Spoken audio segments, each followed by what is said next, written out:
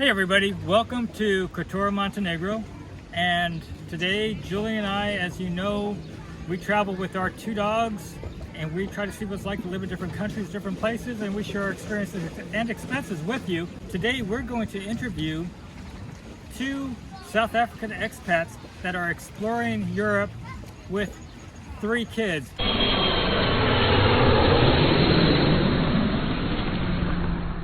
Angela and Steve, you're traveling Europe with your, how many kids? 3. 3 children. And how old are they? Our youngest is just turned 6. Okay, what are your favorite toys? Let me show that. Hot Wheels. Hot Wheels. Okay, but don't tell anyone. It's a That's secret. a secret. That's a secret. Our middle child is just turned 8, Hello. and our oldest will be 10 at the end of this month. Don't be shy. Gonna hide over I'm there. gonna be famous on camera. I'm gonna be famous. And what inspired you to do this? Because I mean, we got our dogs and it's tough. Yeah. I've been wanting to world school for a long time. I've always loved to travel. But then obviously once you have kids, it becomes more difficult. And we used to have these discussions, or should I say arguments, about world schooling and traveling with kids. And then COVID hit and schools closed down in South Africa for, I think they were closed for like 3-4 months. Our kids were in a private school. We were paying tons of money for a school that was closed. That's also when we realized, like, you know, through the online learning that was going on with the school, teachers that really were getting used to new kind of teaching, kids that were sitting in front of a laptop, it didn't really gel. So we quickly realized this isn't working for us, so we started homeschooling our kids. And then as soon as the restrictions lifted in South Africa, we decided, well, why are we still here? If we are going to homeschool our kids, we might as well start traveling, which is something I've been wanting to do for a long time. So thanks to COVID, here we are. So We got an opportunity.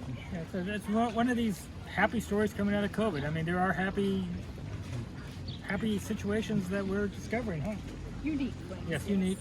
Yeah, when life gives you lemons. Yeah. Lemonade. You're doing the world schooling with your children. What does that mean? Our kids learn about the world in the world. So we don't follow a particular curriculum. Our life is a lot of field trips. We learn about where we are. If we are in Greece, we're doing Greek mythology or Greek history. We followed the Romans from Bulgaria and all the way into Rome. So our children learn on the go. We do a lot of museums, we do a lot of science museums, a lot of field trips. And then depending on the places that we're in, we find teachers for our kids. Montenegro historically has been known for its maritime industry. And so the Montenegrins are incredible sailors. And so our kids learned how to sail little Optimus boats. You were here sailing? Sailing We've in seen Montenegro. those little boats up there. That's pretty cool. All 3 of them. Charlie was 5 at the time, so tiny little guy on his own little boat sailing here in the fjords. They learned martial arts from a Serbian instructor. They learned how to ski in Bulgaria. They learned how to surf in Portugal. So they learn. It's not necessarily curriculum based, but they're still learning. And I guess you'll bring them back here when they're a little bit older to do their PADI certification over in Buda. We are actually divers. I think maybe we'll do that like in Bali. Nice tropical waters. There you go. So you're traveling in your van and you're going from country to country. Van, because you're South Africans. So Julie and I are Americans, and we have our vehicle registered in Bulgaria, where we've set up a corporation, and we're able to do that because we're officers of the corporation. But you've set up your residency in Bulgaria and have a van now? So we bought our van in Bulgaria because we happen to be residents there. We have property in Bulgaria. So in terms of licensing, road tax insurance, it just made it easier. So when you did your residency, was it due to a corporation, or how did you do your residency in Bulgaria? Because I'm sure people will want to know if they would qualify potentially. Okay. I've got an EU passport. I'm originally Belgian. I lived in South Africa for 20 years. That's where I met Angela. We got married in South Africa, but myself and our kids, we have EU passports. So it was quite easy to settle in Bulgaria. It also allowed Angela to get her Schengen visa, so Oh, that we nice. could actually travel around Europe, because the South African passport is I'm the ball and chain Yeah. that they must drag across the world. It's a very heavy passport to have to carry around.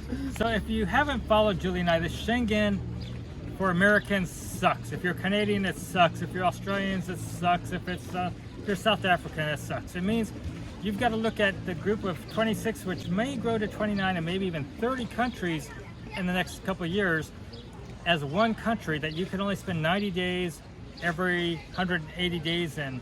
And so if you have a passport from a Schengen country, that means you can stay as long as you want in these countries. But unfortunately, for three of us, it's an issue that we have to work around. And that's why Montenegro is fantastic, because it's not part of Schengen. You can come here, spend time to knock out 90 days so you can go back into that group of 26 countries at the present time. When you're traveling, are you spending a certain amount of time in locations? Are you looking to spend like 3 days? I mean, what's your typical stay in a location? We, the way that we travel is like I think it's a foxtrot. So it's slow, slow, quick, quick, slow, slow, quick, quick, slow, and that's how we've been making our way around Europe. The kids can handle a certain amount of time of fast travel. That's where you spend like 3 or 4 days in one location, and then you move on to the next location and the next location.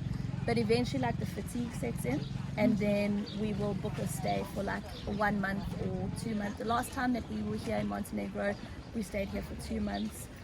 We did the whole of winter in Bulgaria, so 3-4 months. You're near a ski resort in a ski resort, yeah. Bulgaria, so that's not a harsh place to be. Not a harsh. It's cold. Was the first time we've ever seen snow, like knee-deep snow. First time ever, because it doesn't snow in South Africa. So that was pretty cool for us. But you say the kids get fatigued, but I'll tell you, I get fatigued on these kind of adventures myself. So I totally am with them on that. Yeah, so if you're jumping into something like what they're doing, make sure you kind of maybe test the waters a little bit, make sure your kids can handle it, make sure you can handle it. Don't believe the Instagram pictures. Like, travel is not Oh, no. just Instagram. So it's your not always easy. your Instagram page is called what? It's the story unit. The Story Unit? Our rights, like generally what we've been up to and what we've done, and so I'll like update it regularly on what we've done, and it seems to have grown like quite well. So I've got to ask you, because there's going to be people that are saying, I want to go do this with my kids, and I don't know if I can, I don't know if I can afford it. Julie and I, as we say, you can get the vehicle through Bulgaria through the corporation. You don't necessarily need residency, so they have that opportunity. But with your way of living life, are you putting a certain amount towards Airbnbs or stays somewhere, or how are you putting a roof over your heads on a regular basis? And what is your typical expenses, and what are your typical costs looking like that somebody else that may be considering running around Europe with their kids, Right. what would they need to, in your imagination, need to have to live your life? Well, it varies a lot, obviously, where we are. Like in Bulgaria, we own the property. We bought it 5 years ago. It was pretty cheap. So a 2-bedroom apartment back then was going, under 30,000 euro. Fully furnished. Fully furnished. Fully furnished, So, under We should 30,000? have bought one back then. the price is now different. So, but it's still very affordable. So there we have the fully paid off apartment. We've got the van that we bought cash. life in Bulgaria in general is much cheaper than in Western Europe. We've just done a 3-month trip through Western Europe. It's a very big difference in expenses. Like here in Montenegro, a pizza will be 10 euro. The same pizza in Bulgaria is 10 lev. 1 lev is 2 euro. 2 euro. 1 lev is whatever. It's half. It's half price. It's half the My price. math isn't working out right now, but so it's half price. So when we are in Bulgaria, life is pretty cheap. Obviously, the kids still go on like classes and do courses and horse riding and what have you. Skiing in winter, so skiing is an expensive sport. But generally speaking, when we spend time in Bulgaria, that is cheap. The faster traveling that we have done now, that's very expensive. Where you spend like, we were in Rome in a very average apartment about 30 kilometers out of Rome. We had to travel into Rome by train, and then that cost us like almost 600 euro for 3 nights. So that's when Wow. the accommodation costs go up like. Well, you can't do a studio or a 1-bedroom with 3 children. No, with 3 kids so- we need the space. So Yeah. that's when the short stints, the faster traveling, especially in Western Europe, is very expensive. Like a longer term stay. So if you're going to stay in like an Airbnb for more than a month, you have leverage, and Airbnb will you get like discounts if you're staying for longer than a month. My Schengen visa runs out, and I know like for Americans you can just arrive and say hi, can I have the visa, whereas a South African I have to go to an embassy, and even though I have the husband that is European, I still have to provide paperwork to prove that I am Wow. not. So it's a lot more complicated It for is. South It's a Africa. lot. It's a lot more complicated to travel. The ball and chain. I'm sure he doesn't mind. We actually get that like at border crossings, like once you're out of Schengen, at like hard border crossings, we give the 4 purple passports, and the Belgian passports, myself and the kids, because obviously within Europe the kids travel on their Belgian passport, and then we give them the green South the green African, mamba? and they green kind mamba. of look at that and like, what do we do with this? What can you say about the types of expenses that you're having, and any idea like what somebody might encounter if they wanted to try to budget a year maybe with the family traveling nonstop, similar to you, or can they do it cheaper? Fast travel, which tends to be a lot more expensive because you're paying the per night rate that's on Airbnb or Booking.com. Whereas if you book a month stay, you get massive discounts. So the fast travel is expensive. Slow travel is very affordable. We've met people that are pretty much on the same budget as they would be when they live their normal life. Because now if you sell your house, your mortgage falls away, your insurance. So you could probably budget the same sort of numbers depending on where you go. You'd still need to pay for your rent, and it doesn't matter where you are in the world. You'll still need to pay for your rent and your food, and so like those prices haven't really changed. We have a fairly economical van. It actually sips diesel, so we're quite happy with that. So it's not a major expense. I think the biggest, especially when you travel faster, 3-night, 4-night stays, that becomes very expensive. So I think for ourselves also it's been a learning experience. After this stint, we're going back to our place in Bulgaria, spend summer there, and then after that I think we'll travel a lot slower than what we have been doing now. And that will be cheaper. I enjoy the slower travel, to Sure. be honest. I just find that you actually get to assimilate with the cultures a little more too, and it's fun. So when Julie and I come back to Montenegro because we own a home here, when we stay here for free, we actually look at it that it's not that we're staying for free, we're saving 12 to 1500 euro a month from paying Airbnb for us to stay somewhere else. So it's we can come here and we can stay for 1500 euro a month and go out and eat at restaurants and do our groceries for the 2 of us because we own our home. But if you didn't own a home here, you might be looking at a 2,500, 3,000 euro month or more, depending on where you're staying, to have that same time here in Kotor, Montenegro. And so it's same thing when they're in Bulgaria. If you own your home there, you're saving. In expensive countries, because of the shorter stays, you tend to pay for our family. We need a 2 to 3 bedroom place. So like in Rome, we couldn't find anything under about €200 per night for us to stay. And that was outside of Rome, that wasn't within Rome. So we still had to take the train into Rome. In Rome itself, I don't know what the prices are. I kind of got blurry vision looking at those prices. It was like thousands of euros for 3 nights. I was like, Might as well go to the United States. yeah, like, or buy the place.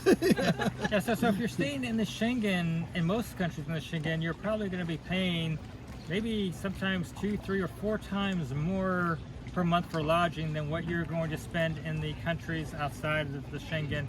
So we kind of look at it as our cheap months or our expensive months, depending on where we're going. And Sure. I'm sure you have equivalent experiences. I don't think you could do like a whole, well, we couldn't do a whole month in Italy because it is really expensive. Like everything is expensive. To eat out is expensive. Even to go to the supermarket is expensive. So we found that expensive. So 3 or 4 days, that's kind of what we can afford to spend in Italy. Portugal was cheaper. We spent more time in Portugal. France, we were in Monaco. You can't spend more than we can't spend more than a day in Monaco. Just get some pictures. I was going to say, if you did 2 days in Monaco, that's probably like a month in another country. It's It was just for the selfies. It was. Look at us in Monaco. Wow, done that. We crossed the border, let's get the hell out of here. Exactly. We don't want to pay actually €30 a gallon. So. We actually stayed in France on the border, so on that side of the border in France, it was about a third of the price. So we didn't actually stay within Monaco itself.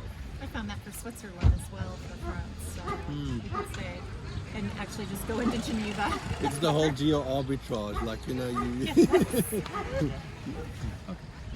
So in the last year that you've been traveling, then what would you say your average per month prorated through the year might have been? On average, I would say probably about around 4,000 a month. About €4,000 a month. And so if somebody were bare boning it, but still providing for their kids You could without all probably the cut that extras? in half.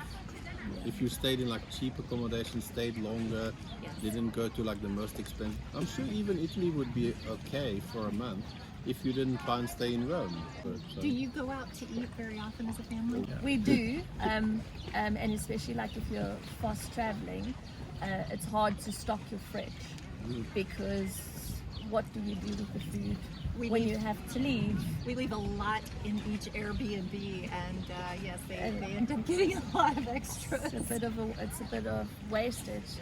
Yes. But when we are in a place for much longer, you get to know which supermarket to go and shop at. Just shopping at a supermarket, when you're in a new country, it still takes time to learn which yogurt you like to eat or which cheese is good. Or how to spell yogurt. But that's right. good one. We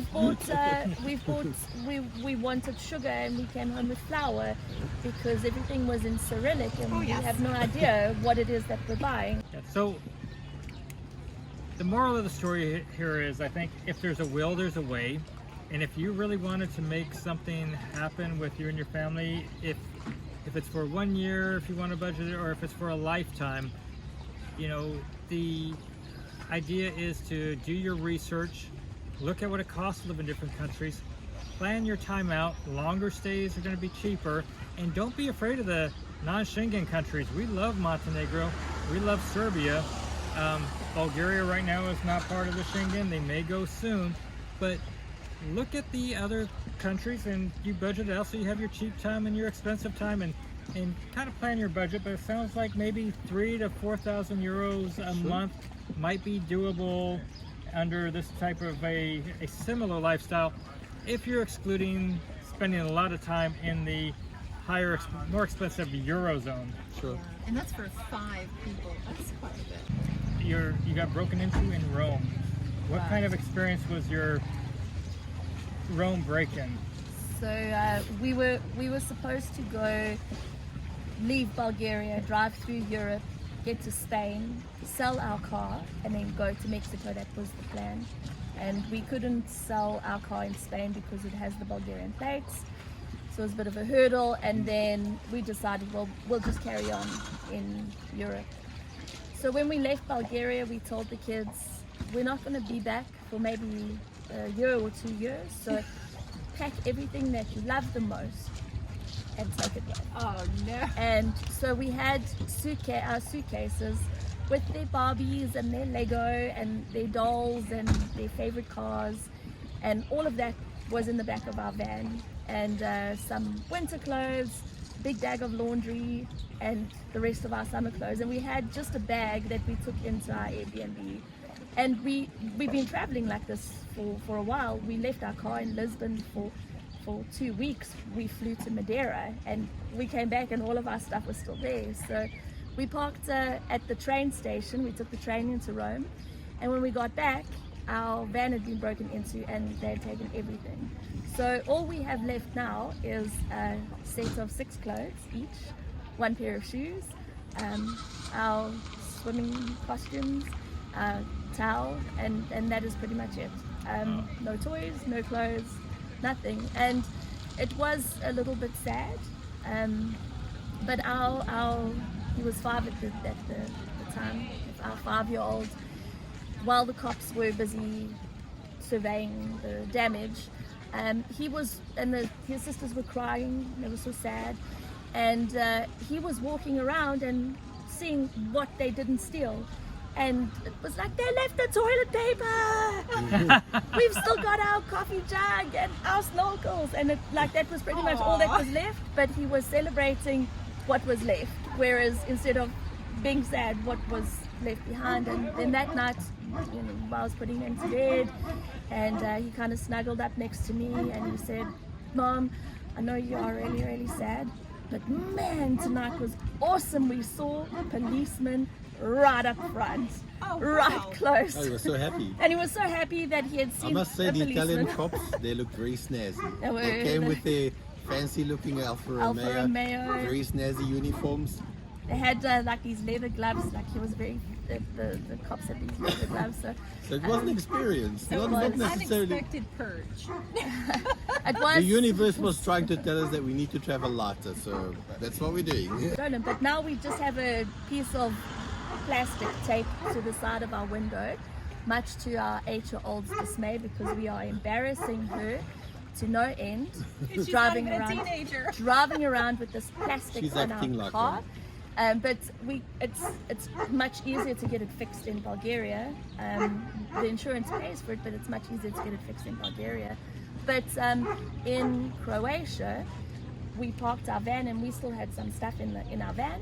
And there's a piece of plastic, and nobody broke into our car with the piece of plastic that's on our window. So I think actually, like on a general note, we found now that we seem to like and appreciate the lesser brand countries, if I can call it that way, more than the big brands. Like, Spain and Italy, We concur. we were not blown away by them. Look out, think outside the box and look at these smaller countries that maybe don't have as big a brand, but that are much more welcoming to tourists. And in the same breath, look at some of the smaller cities. You get a better quality of life, lower cost of living, and everything is there when you get to like that sweet spot. And then there's even like Novi Sad, which has a population, I think 250, 300,000. Beautiful little city in Serbia that we absolutely love. Yes. But look at some of the smaller communities. You don't always need to spend your time in Berlin or Paris or Amsterdam. Spread out a little bit. Absolutely. Well, it's time for us to get back to this South African braai that we're having. That's a barbecue for those of you that are not familiar with the word. So as a reminder, Julie and I, we're traveling the world with our 2 dogs. We're trying to see what it's like to live in different countries, different places. We're sharing our experiences and expenses with you along the way. And if you're not aware, we do have links for our medical insurance in the video description, as well as the VPN we use. So go ahead and check that out, or you can email us at warrenjulietravel@gmail.com. Also, don't forget to look for us on Facebook and Instagram. We hope that you enjoyed today's video and that it was of use for you. And we hope that you're going to subscribe, give this video a like, and until next time, have a great day, everybody. Bye-bye.